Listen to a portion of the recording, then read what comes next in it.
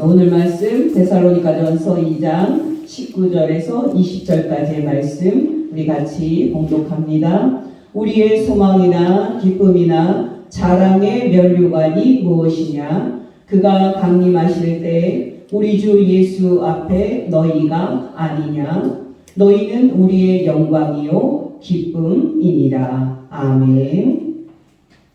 네, 여러분, 우리는 지난 몇 주 동안 사순절을 보내면서 데살로니가전서 설교를 중단을 했었는데요. 드디어 오늘 다시 데살로니가전서 설교로 돌아왔습니다. 여러분 기억나십니까? 저는 그동안에 데살로니가전서 2장을 설교를 하면서 진정한 사도는 어떤 사람이며 또 진정한 성도는 어떤 사람인가 라는 관점에서 설교를 했습니다. 바로 오늘도 그 관점에서 하는 설교입니다. 여러분 항상 그랬지만 이 관점은 오늘날 우리에게 너무나도 중요한 관점입니다. 그렇다면 여러분 어떤 목사가 진정한 목사입니까? 또 어떤 성도가 진정한 성도입니까? 바로 사람이 목적인 목사입니다. 바로 사람이 목적인 성도입니다. 여러분이 알다시피 우리가 흔히 듣는 말은 하나님 중심, 교회 중심, 목사 중심이라는 말입니다. 그러나 여러분 우리가 문제의식을 갖지 못해서 그렇지 이 말에는 중요한 한 가지가 빠져 있습니다. 여러분 그것이 무엇입니까? 바로 사람입니다. 바로 성도입니다. 여러분이 알다시피 사람을 대하는 방식에는 두 가지가 있습니다. 첫째는 사람을 수단으로 대하는 방식입니다. 둘째는 사람을 목적으로 대하는 방식입니다. 여러분 그거 아십니까? 우리 사회는 사람을 목적이 아닌 수단으로 대하는 방식이 널리 퍼져 있는 사회입니다. 당연히 이 사회 속에 사는 우리도 이런 잘못된 방식에 깊게 젖어 있습니다. 근데 여러분 데살로니가전서 2장에서 보이는 사도 바울과 그의 동역자들의 가치관을 보면 그들에게 전부는 성도들이었습니다. 정말 그들에게 모든 것은 사람들이었습니다. 다시 고린도전서 2장 19절 20절입니다. 우리의 소망이나 기쁨이나 자랑의 면류관이 무엇이냐? 그가 강림하실 때 우리 주 예수 앞에 너희가 아니냐? 너희는 우리의 영광이요 기쁨이니라. 여러분 놀랍지 않습니까? 여러분 이 말을 들었을 때 데살로니가 교회 성도들이 어떤 마음이었겠습니까? 말할 필요 없이 그들은 큰 기쁨과 큰 행복을 느꼈을 겁니다.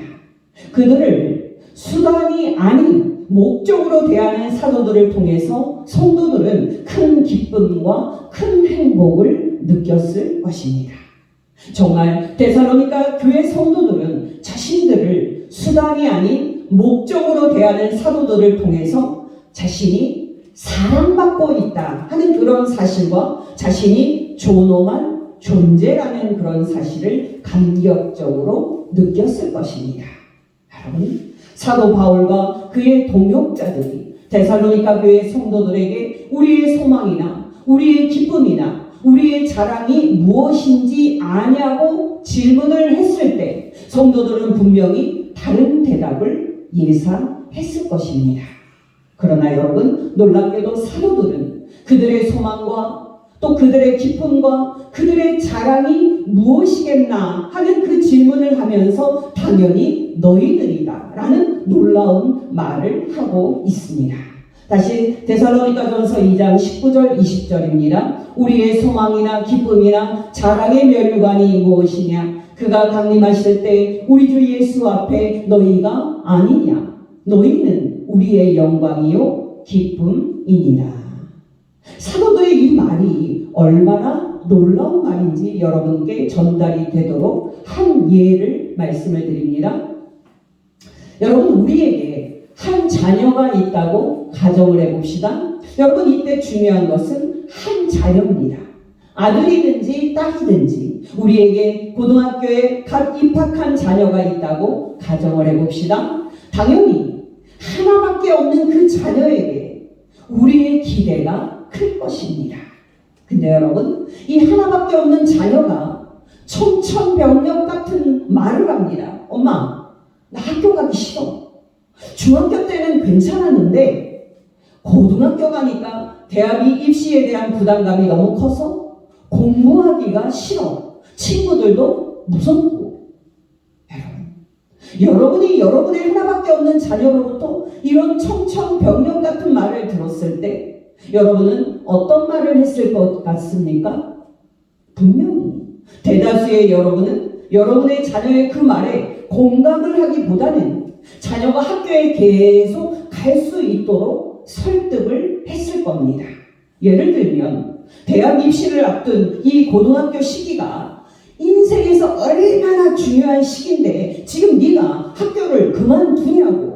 대학 입시 중압감을 이기지 못하고 네가 지금 학교를 그만두면 네가 앞으로 살아가면서 닥칠 그런 중압감을 어떻게 이기겠냐고. 네가 만약 여기서 실패하면 너는 남는 인생에서 실패자가 되는 거라고 날카로운 말을 했을 겁니다. 근데 여러분, 이렇게 말을 했다고 가정을 하면 자녀에게 큰 위로와 격려가 되지 않았을까요? 이렇게 말입니다. 아무개야, 네가 고등학교에 가서 그렇게 큰 중압감을 느끼는지 몰랐구나. 엄마는 사실 너의 중압감을 이해한단다. 왜냐면 엄마도 대학 입시를 앞두고 심한 중압감에 힘들었던 기억이 있기 때문이란다.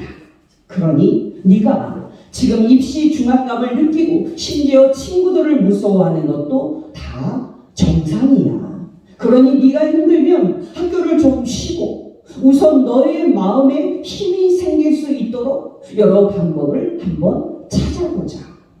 아무개야, 기억해라. 엄마는 너 자체가 소중해. 여러분, 엄마가 이렇게 말해준다면 마음이 힘든 그 자녀가 얼마나 큰 위로를 받겠습니까? 저도 그렇게 해보지를 못했습니다. 여러분, 저는 말씀을 준비하면서 저의 살아온 삶과 우리 자녀와 손자 세대들이 살고 있는 삶을 생각할 때 우울함을 느꼈습니다. 왜냐하면 한국 사회는 그동안의 해방 이후 절대 빈곤을 겪으면서 오로지 경제 성장만 바라보고 달려오느라 사람 자체의 소중함과 인간의 존엄함을 무시하고 살아왔기 때문입니다. 문제는 여러분, 이제 상당히 잘 살게 되었다고 말할 수 있는 이 나라가 여전히 경제 성장만 외치면서 사람의 소중함과 사람의 존엄함을 외면하고 있다는 사실입니다. 여러분은 이 병이 얼마나 깊은지 알고 있습니까? 여러분, 제가 앞에서 대학 입시에 중압감을 느끼는 고등학생을 예로 들었습니다만 요즘 이 중압감은 7살을 넘어서 4살까지 내려갔습니다. 여러분, 이쯤 되면 단도직입적으로 말씀을 드려서 나가도 너무 나간 겁니다. 여러분, 4살부터 7살까지는 한 사람의 인격이 전인적으로 성장을 하는데 절대적으로 중요한 시기입니다. 그런 시기에 아이를 이름난 영어 유치원에 보내기 위해서 입시 중압감을 주는 것은 부모라면 해서는 절대 안 되는 행동입니다. 그런데도 이런 행동을 버젓이 하고 있는 것이 한국 부모입니다. 여러분, 이런 아동학대를 하는 부모들을 우리는 어떻게 이해를 해야 합니까? 여러분, 오해하지 마시기 바랍니다. 이런 비난과 이런 비판을 받아야 하는 당사자는 단지 이 부모들만 뿐만이 아닙니다. 바로 저와 여러분도 포함이 됩니다. 왜냐하면 이런 경쟁 일변도의 비인간적인 사회를 만드는 데 있어서 저와 여러분도 분명히 책임이 있기 때문입니다. 여러분, 저는 최근에 친하게 지내는 한 권사님과 자녀들의 결혼 문제를 놓고서 대화를 한 적이 있습니다. 여러분, 왜 젊은 친구들이 요즘 3포 세대니 5포 세대니 하는 불행한 상황을 맞고 있습니까? 많은 이유를 말할 수 있겠습니다만은 가장 큰 이유 하나는 사람을 대할 때 조건을 보면서 판단을 하는 겁니다. 물론 여러분, 사람을 사귀고 결혼을 할 때 조건을 보고 결혼을 하는 것은 오랫동안 있었던 관행이었습니다. 그러나 여러분, 오늘날처럼 경제적인 조건을 위주로 사람을 판단하고 결혼 상대를 구하던 시대는 한 번도 없었습니다. 여러분도 알다시피 예전에는 조건이 안 좋거나 또 조건이 평범해도 다 결혼을 했었습니다. 집신도 다 짝이 있다 하는 그런 속담처럼 다 결혼을 했습니다. 그러나 놀랍게도 오늘날의 상황은 완전히 달라졌습니다. 젊은 친구들은 끊임없이 사회와 결혼 시장에서 자신들이 쓸모있는 존재임을 증명하도록 요청을 받았고 그 증명을 해낸 사람만이 사회에 진출을 했고 또 결혼을 해서 가정을 꾸렸습니다. 여러분, 자신이 쓸모있는 사람임을 증명하지 못한 사람은 어떻게 됩니까? 말할 필요 없이 사회에서 쓸모없는 잉여인간으로 분류가 되고 낙오자가 되고 결국은 사회에서 자리를 잡지 못하게 됩니다. 여러분이 알다시피 오늘날 한국에는 이렇게 낙오자로 분류가 돼서 구직을 포기한 젊은이들이 120만 명이나 됩니다. 여러분, 사람 자체로서 존중받지 못하고 끊임없이 자신이 쓸모있는 존재임을 증명을 해야만 사회에 진출을 할 수 있는 사회는 단도직입적으로 말해서 사람을 학대하는 사회입니다. 정말 사람을 목적으로 대하지 않고 수단으로 대하는 사회는 사람을 무너뜨리는 사회입니다. 여러분, 저는 오늘 말씀을 준비하면서 데살로니가전서 2장에 있는 이 말씀이 있다는 것에 충격을 받았습니다. 데살로니가전서 2장 3절 4절입니다. 우리의 권면은 감사함이나 부정에서 간사함이나 부정에서 난 것이 아니요 속임수로 하는 것도 아니라 오직 하나님께 옳게 여기심을 입어 복음을 위탁받았으니 우리가 이와 같이 말함은 사람을 기쁘게 하려 함이 아니요 오직 우리 마음을 감찰하시는 하나님을 기쁘게 하려 함이라. 여러분께 공동 번역으로 다시 말씀을 드립니다. 우리는 잘못된 생각이나 불순한 동기나 속임수로 여러분을 격려하는 것이 아닙니다.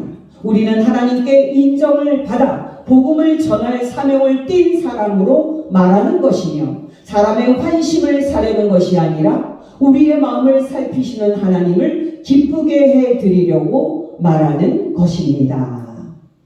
여러분, 놀랍지 않습니까? 사도 바울과 그의 동역자들은 데살로니가 교회 성도들을 대할 때 그들을 수단으로 대하지 않고 그들을 목적으로 대했습니다. 놀랍게도 사도들은 다른 거짓 사도들처럼 그 교회 성도들을 자신들의 이익을 얻는 수단으로 대하지 않고 오히려 자신들이 소유한 것과 자신들이 할 수 있는 모든 것을 이용해서 그 성도들을 섬겼습니다. 구체적인 예는 무엇입니까? 바로 노동이었습니다. 놀랍게도 사도들은 그들의 생계비를 성도들에게 의탁할 수 있음에도 불구하고 스스로 벌어서 살았습니다. 데살로니가전서 2장 9절입니다. 형제들아, 우리의 수고와 애쓴 것을 너희가 기억하리니 너희 아무에게도 폐를 끼치지 아니하려고 밤낮으로 일하면서 너희에게 하나님의 복음을 전하였노라.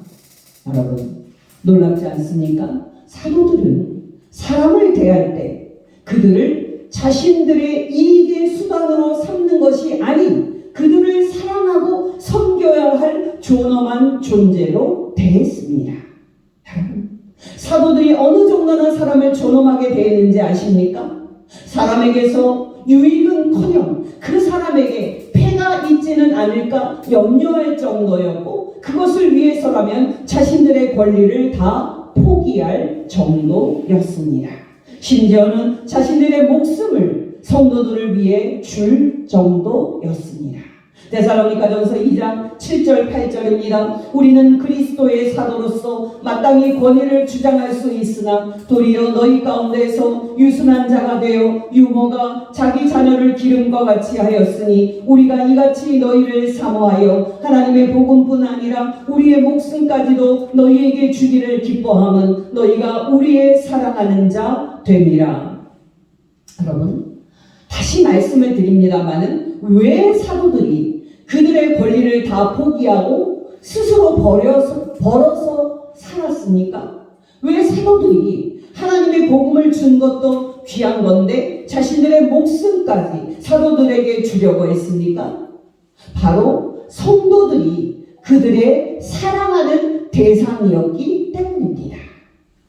바로 성도들이 사도들에게는 자신들의 이익의 수단이 아닌 목적이었기 때문입니다. 다시 데살로니가전서 2장 7절 8절을 읽어드립니다. 우리는 그리스도의 사도로서 마땅히 권위를 주장할 수 있으나 도리어 너희 가운데서 유순한 자가 되어 유모가 자기 자녀를 기름과 같이 하였으니 우리가 이같이 너희를 사모하여 하나님의 복음뿐 아니라 우리의 목숨까지도 너희에게 주기를 기뻐함은 너희가 우리의 사랑하는 자 됨이라. 아멘. 여러분, 조금 예민한 문제이긴 합니다만 사람을 수단으로 대할 것이냐 사람을 목적으로 대할 것이냐 하는 싸움은 목회 현장에서도 발생을 합니다. 솔직하게 말씀을 드려서 여러분, 처음에는 안 그랬는데 목회를 하다 보니까 성도들이 귀한 하나님의 자녀로 보이기보다는 숫자로 보입니다. 형편이 어려운 개척교회를 하다 보면 성도들이 존엄한 하나님의 자녀로 보이기보다는 헌금을 내는 기계로 보입니다. 제가 두 예를 들었습니다만 사람을 수단으로 대할 것이냐 목적으로 대할 것이냐 하는 문제는 목회자에게도 해당이 되는 문제입니다. 그렇다면 여러분, 왜 우리가 사람을 수단이 아닌 목적으로 대하는 것이 중요한 겁니까? 이 질문에 많은 대답을 할 수 있겠습니다만 저는 두 가지로 대답을 드리고자 합니다. 첫째, 사람을 수단이 아닌 목적으로 대하면 우리의 삶이 즐겁습니다. 정말 사람들을 자신의 이익의 수단이 아닌 목적으로 대하면 우리의 삶이 행복합니다. 여러분이 알다시피 우리나라에 있는 독특한 문화가 눈치입니다. 여러분, 눈치 보는 것이 긍정적인 부분도 있겠습니다만 사람을 수단으로 여기는 문화라면 이 눈치 보기는 부정적인 부분이 훨씬 많습니다. 여러분 생각해 보십시오. 나를 있는 그대로 받아주고 나를 있는 그대로 사랑해주는 사람들 속에서 살아가는 것이 행복하겠습니까? 아니면 눈치껏 상대방에게 신경을 써야 되고 상대가 나를 있는 그대로 사랑해 줄까? 노심초사하는 사람들 속에서 살아가는 것이 행복하겠습니까? 말할 필요 없이 전자일 것입니다. 여러분, 저는 한국 사람들을 볼 때 행복하게 사는 법을 모르는 사람들이라는 생각을 합니다. 이 부분은 우리 교회들에게도 똑같이 해당이 될 것입니다. 여러분이 알다시피 한국 사회는 스트레스를 많이 주는 사회고 한국 사람들은 서로가 서로에게 스트레스를 많이 주고 받는 사람들입니다. 여러분, 이런 사람들이 교회에 와서 조금이라도 위로를 받고 조금이라도 쉼을 얻기를 원하는 것이 교회 출석의 큰 이유인데요. 교회 와서도 인간 관계 때문에 스트레스를 받으면 그 교회 생활이 행복하겠습니까? 여러분께 권면드립니다. 우리는 서로를 대할 때 서로를 목적으로 대해서 서로를 행복하게 하는 존재로 있어야 합니다. 정말 미스바 교회를 가니까 나를 있는 그대로 받아주고 나를 있는 그대로 사랑해 주어서 나는 정말 행복하다 하는 그런 느낌을 우리가 서로에게 줄 수 있어야 합니다. 저와 여러분이 그런 성도 되시기를 예수 이름으로 축원합니다. 둘째로 여러분, 사람을 수단이 아닌 목적으로 대하면 우리가 우리 삶의 어려움을 헤쳐나갈 담대함과 용기가 생깁니다. 여러분이 들어보셨는지 모르겠습니다만 요즘 화제가 되고 있는 단어가 리질리언스라는 단어입니다. 바로 회복력이라는 뜻입니다. 여러분, 있는 그대로 존중받고 있는 그대로 사랑받는 문화와 사람들 속에서 성장을 하면 사람이 실패에 대한 두려움이 없습니다. 더 나아가서 어려운 도전을 감행할 수가 있고 실패에도 딛고 일어설 수 있는 회복력이 생깁니다. 문제는 여러분, 다른 서양 사람들과 비교를 했을 때 우리나라 사람들이 이 힘과 이 회복력이 떨어진다는 사실입니다. 여러분, 제가 살아보니까 인생에서 정말 중요한 것이 바로 이 회복력입니다. 문제는 여러분, 경쟁 일변도의 문화 속에서 끊임없이 경쟁하며 자기의 쓸모 있음을 입증을 하는 문화 속에서 실패를 두려워하는 마음이 생길 수밖에 없고, 한 번 실패를 하면 세상이 무너지는 느낌이 들어서 삶이 무너지게 된다는 사실입니다. 그렇다면 여러분, 이 문제를 어떻게 해결할 수 있습니까? 바로 사회 안전망을 견고하게 만들므로써 해결할 수 있습니다. 여러분께 질문을 드립니다. 여러분은 여러분이 어려움에 처해서 도움을 구했을 때 즉시 달려올 수 있는 친구가 몇 명이나 있습니까? 5명 정도 있습니까? 아니면 1명이라도 있습니까? 여러분이 알다시피 우리나라의 자살률은 전 연령대에서 세계 1위입니다. 또 1인 가족이 30%를 넘어섰고요. 고립과 고독사도 큰 문제가 되어 있습니다. 여러분이 알다시피 이 문제들이 생긴 이유는 사회 안전망 역할을 했던 전통적인 공동체가 급속도로 해체가 되었기 때문입니다. 예를 들면 도시의 발달로 마을 공동체가 해체가 됐고, 대가족의 해체, 또 분화로 가족 공동체도 해체가 됐습니다. 여러분, 가족의 의미 중에 가장 큰 의미는 다 함께 모여서 식사를 하고 삶을 나누는 것일 텐데요. 이제 한국 가정에서 다 함께 식사하는 모습은 드문 것이 되었습니다.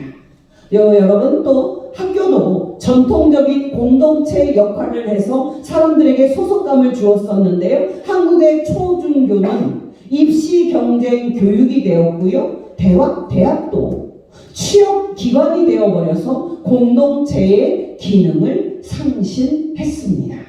또 예전에는 직장도 평생 직장으로서 공동체의 역할을 했습니다만 이제 정직원도 조기에 은퇴를 하고요. 대부분의 사람들이 불안정한 비정규직의 일을 함으로써 직장도 공동체의 기능을 상실했습니다. 여러분이 들으셨는지 모르겠습니다만 한국 사람들은 자기의 취미나 목적이 동일한 사람들과 만나는 커뮤니티를 만들어서 이 공동체의 문제를 해결을 하고 있습니다. 여러분, 이렇게 전통적인 공동체들이 해체가 돼서 사람들이 소속감 상실로 힘들어하고 외로움 또 고립으로 힘들어할 때 교회가 해야 할 일은 무엇입니까? 바로 그들에게 심리적인 편안함과 안정감을 제공하는 사회 안전망을 제공하는 겁니다.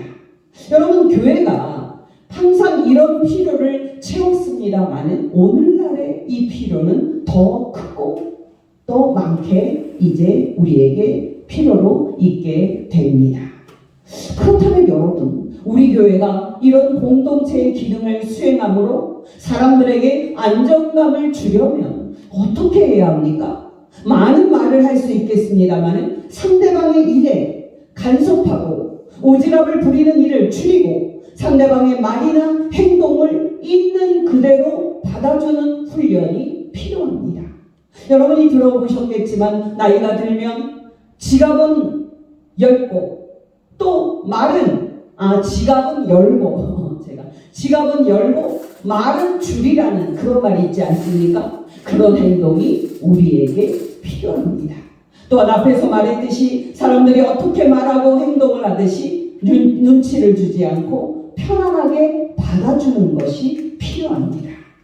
여러분, 제가 영국에서 직장 생활을 하는 한국인 이야기를 들었는데요. 만약에 회식을 할 경우에 그 팀에 채식주의자가 있으면 그 사람도 먹을 수 있는 식당으로 고르는 것이 영국 문화라고 합니다. 만약에 채식주의자에게 눈치를 주거나 다 먹는 음식으로 먹자고 압박을 하거나 강요를 하면 징계 사유가 된다고 합니다. 여러분, 중요한 것은 무엇입니까? 바로 우리 미스바 교회가 바로 우리들이 사람들에게 서로 편안함을 주는 교회를 만드는데 최선을 다해야 한다는 사실입니다. 저와 여러분이 이런 좋은 사람 되시기를 예수 이름으로 축원합니다. 여러분, 그런 이야기가 있습니다. 기독교 신앙이 유럽에서 사라졌지만 그 신앙이 배려와 관용으로 그 문화 속에 살아 있어서 서양 사람들이 사람을 목적으로 대한다고 말입니다.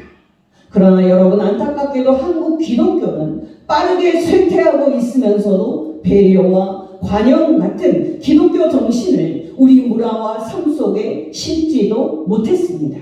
예배드리고 기도하고 전도하고 선교하는 것과 같은 기독교의 특정한 행동을 중요시 여기는 생각 속에서 우리가 신앙생활을 했는데요. 이제는 안 믿는 사람들에게 어떻게 사이좋게 지내는 것이 중요한 시대이기에 보편적 가치로서 사람을 대할 때 수단이 아닌 목적으로 대하는 것을 실천하는 법을 생각해야 합니다. 그렇다면 여러분, 이렇게 사람을 있는 그대로 존엄하게 여기고 사람을 사랑하는 사도들의 정신이 어디에서 왔습니까? 말할 필요 없이 우리 예수님에게서 왔습니다. 여러분이 알다시피 예수께서는 사람이 안식일을 위해서 있는 것이 아닌 안식일이 사람을 위해서 있다고 말씀을 하심으로써 인간의 존엄성과 인간의 소중함을 말씀하셨습니다. 그러므로 여러분께 마지막으로 권면을 드립니다. 여러분이 스스로를 어떻게 생각하시든지 여러분은 귀한 하나님의 자녀이며 귀한 사람입니다. 혹시 여러분이 생각하시기를 나는 이 사회에서나 이 교회에서 별 쓸모있는 존재가 아니라고 생각하고 있습니까? 절대 그렇게 생각하지 마시기 바랍니다. 여러분들은 아무것도 하지 않아도 존재 그 자체로 쓸모 있음을 하고 있는 사람들입니다.